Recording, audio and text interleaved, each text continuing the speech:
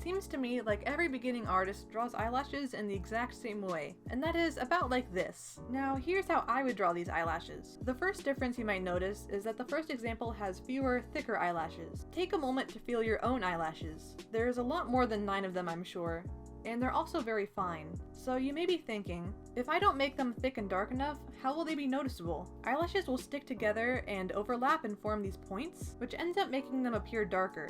One more thing is that the eyelashes closer to the tear duct appear shorter. This is mostly because the eyelashes there are pointing forward, while closer to the outside edge of the eye, they go out more to the side and therefore seem longer.